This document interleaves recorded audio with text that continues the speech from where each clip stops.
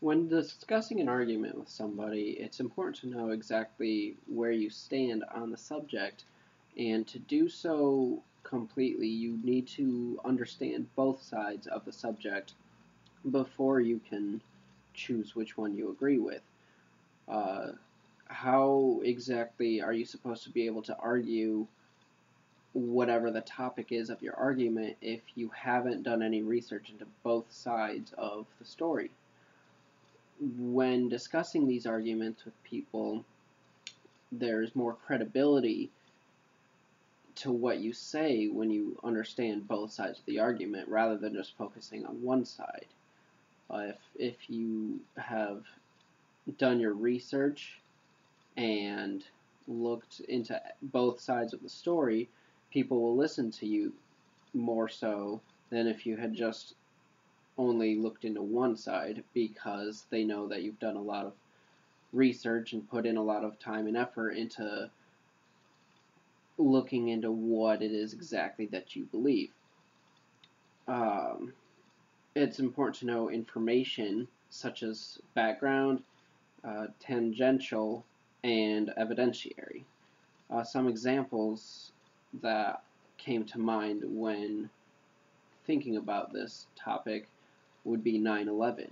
Obviously, I am very into the concept that there were no planes on the day of 9/11, um, but I should not argue what happened without doing research into all the different angles as to what might have happened. For the longest time, I believed that it was exactly the way we were told, that planes crashed into the towers in the field in Pennsylvania and into the Pentagon. But I hadn't ever done any research into it, and the more research I did, it leaned me towards the other side of the argument, that that isn't exactly what happened. And because I did that research, I was able to decide where I officially stand on that.